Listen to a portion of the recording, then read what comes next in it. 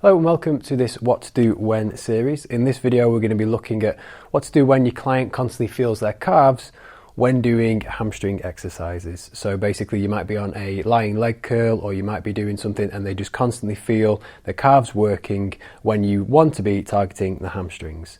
Now there's multiple ways of why this might be the case. It might be the client's anatomy, it might be activities they've done, it could be down to injuries and so forth. So what we're going to look at today is an exercise that you can replace the standard hamstring ones with, which will definitely target the muscle, and I'll explain why as well. So let's say you get someone on a lying leg curl, and because of the mechanics of the machine and certain mobility factors, when they do the motion, they're just saying, I can feel the back of my knees or my calves working really hard. What I would do is I would take them off the machine and instead look at doing a glute ham variation as well. Now, if you don't have the glute ham machine, you can also get them to kneel and place your hands on the back of the knees, but this is obviously the most optimal way of doing it. So, Will, if you can come on here for me, please.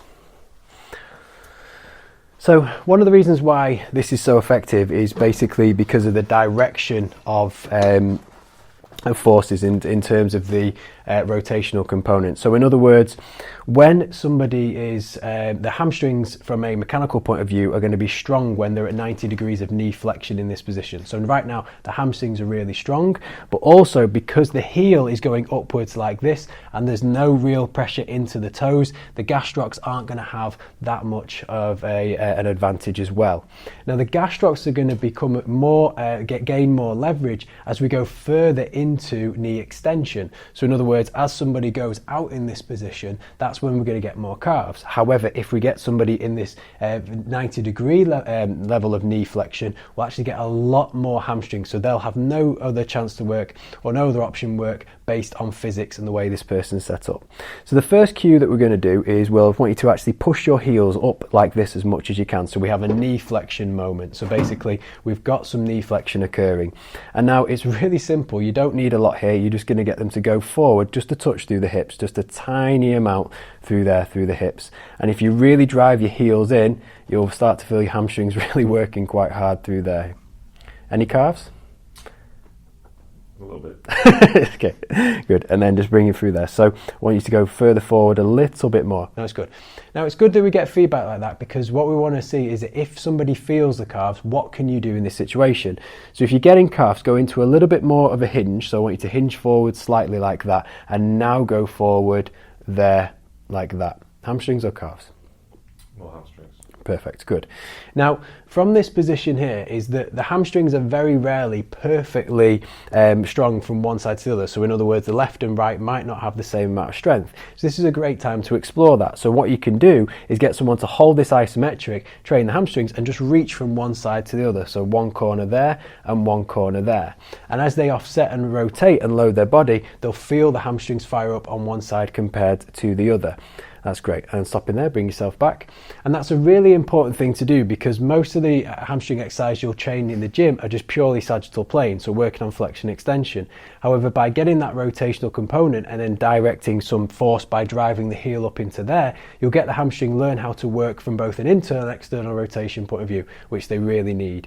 And what you can do, if you want, if someone has a perceived weaker side, so let's say Will's left hamstring is weaker than his right, what you can do is you can get him to really drive your left heel up a little bit more and bring your right foot forward a little bit so it's not on the pad as much. So you're just really emphasizing that side there.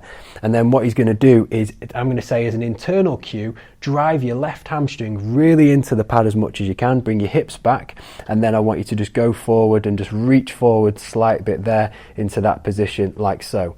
Now what you can also do to make this, to modify it based on the person's current strength levels, is you can simply just get to put the hands down onto there like that, so now they have some support.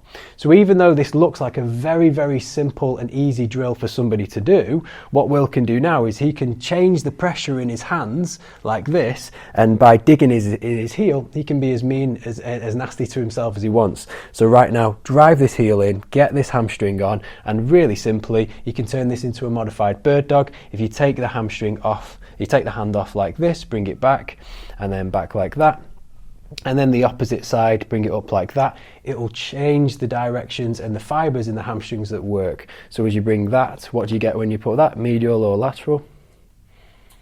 Lateral. And then when you go that side, does it change or is it still lateral?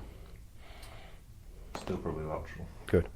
So if we wanted to get some more medial components, so if he's getting a lot of lateral hamstring, you can change the position of the torso. So I'm just going to drop him down through there, and I'm going to just change like this, go to that side there. Good. And then bring it back. And then now I want you to reach and rotate inwards, so going outwards. So keep this hand here like that, and now with that hand rotate through here. If you dig your heel in as you go that way, you should get a lot more your medial. Yeah. So we can go the inside and outside of the hamstring based on which one they rotate. If they rotate towards that side, they'll get the lateral. If they rotate this way, they'll get the medial. And again, this is a lot more effective functional way of training the hamstrings than purely machine-based exercises.